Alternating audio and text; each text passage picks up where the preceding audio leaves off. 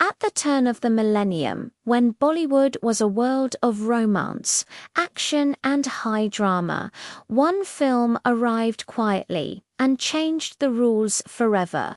That film was Hera. It didn't rely on grand spectacle or glamorous stars. Instead, it built its comedy from chaos, character, and the struggles of everyday life.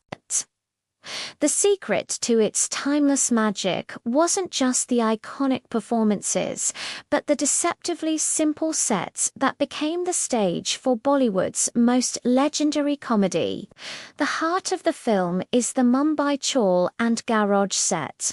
It was designed to feel cramped, lived in, and constantly on the verge of collapse, much like the lives of its three main characters. With its narrow staircases, peeling paint, and cluttered rooms. The set wasn't just a backdrop, it was an active participant in the humor. It created an atmosphere where comedy felt absolutely inevitable. And at the center of this madness stood Paresh Rawal as Baburao Gampatro Apt, the soul of the film. His round glasses, his dhoti, his unforgettable expressions, they all felt perfectly at home in this chaotic environment. Baburao's garage, filled with dusty furniture, broken tools, and mismatched props, became a character in itself. Every corner of that set was a potential punchline just waiting to be triggered. The camera often captured Baburao from low or awkward angles, making his confused stares and wild gestures even funnier. When he shouted his iconic lines, you could almost feel the walls shouting back at him. Then, into this confined space, enters Akshay Kumar as Raiju, bringing a whirlwind of kinetic energy. His movements are fast, unpredictable, and always slightly chaotic. The camera follows him closely, often handheld, adding to the realism and amplifying the comedy. Raju is never still.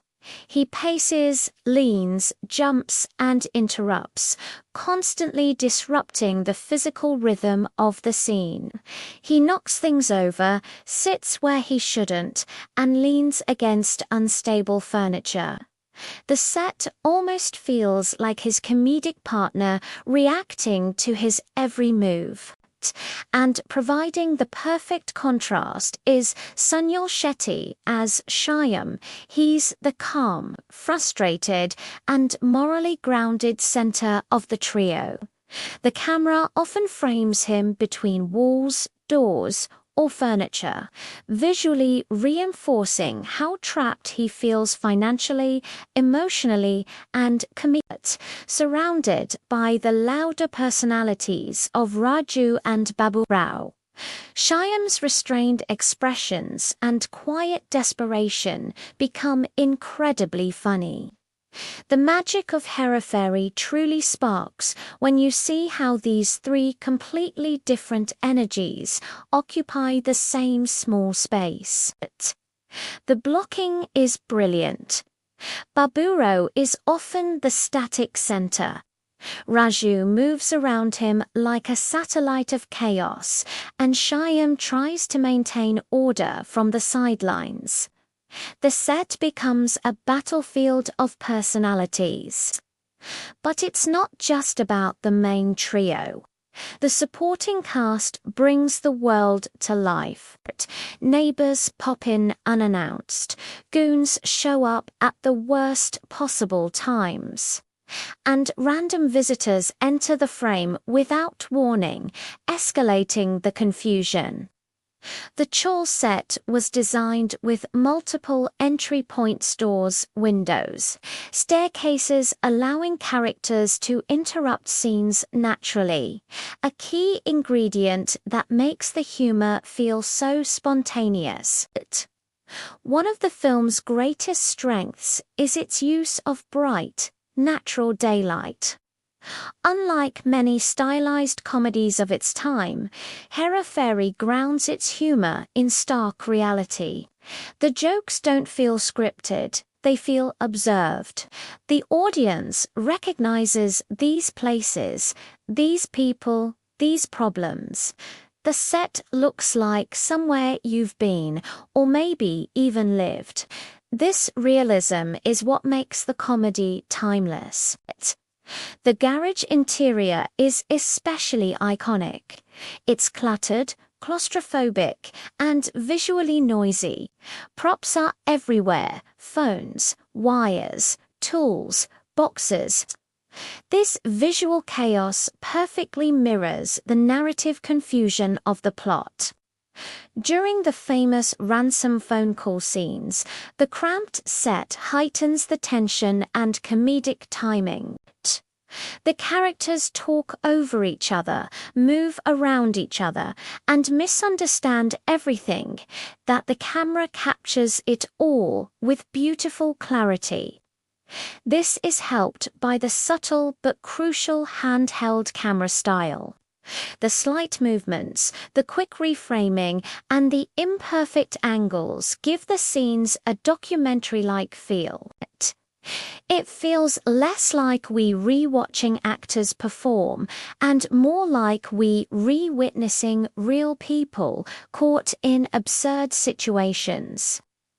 The camera seems to be reacting to the performances, not controlling them. By the end of the shoot, the chawl and garage sets felt worn, exhausted, and real, just like the characters who lived there. And that wear and tear became a part of the film's undeniable charm. Pheri didn't become a legend because of expensive locations or fancy effects. It became legendary because it turned ordinary, everyday spaces into extraordinary comedy arenas. These sets allowed the characters to breathe, to collide, to fail, and to succeed, often all at the same time. Even today, one look at that garage or that chawl instantly triggers a smile, a memory, a laugh.